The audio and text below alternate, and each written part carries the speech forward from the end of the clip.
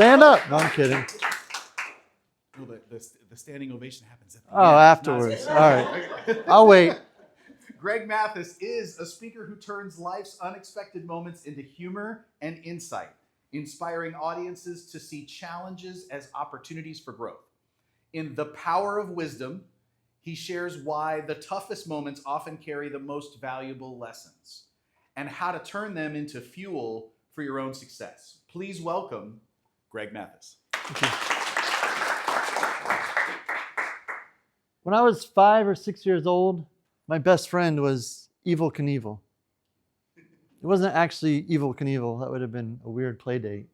It was an action figure. He was about this big. And he had a motorcycle you could clip him to, put him in a launcher, wind up the launcher, and he would shoot out of there, do a wheelie, and jump a ramp. He and I did everything together. And one evening, I was restricted to the living room with my family because apparently I couldn't be left on my own. And as you might be able to imagine, I was bored within 5 minutes. And I started surveying the living room for something interesting to get into. And then I found it, a receptacle. But not just any receptacle. This receptacle was missing its cover.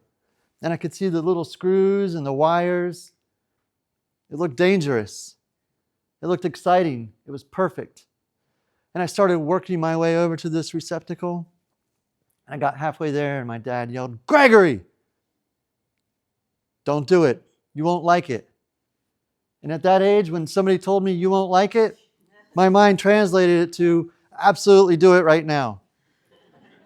So I slowly made my way over to the receptacle after my dad turned his head, and I started to stick my finger in it. And again, my dad said, "Gregory, you're not going to like it." And again, my brain translated it to absolutely do this. With your tongue. Yes. But for the sake of safety, I decided to consult my best friend, Evel. I said, "Evel, what do you think will happen?" And he said, "Greggy boy, I don't think anything's going to happen. But why don't you let me do it for you?" So I stretched out his little arm and I put it in the receptacle, and I made sure to touch everything. And I pulled him back and I said, "How was it, Evel?" He said, "Greggy boy, your dad lied to you. You're going to be just fine." I said, "That's what I thought." And I went and I stuck my finger in it and zap!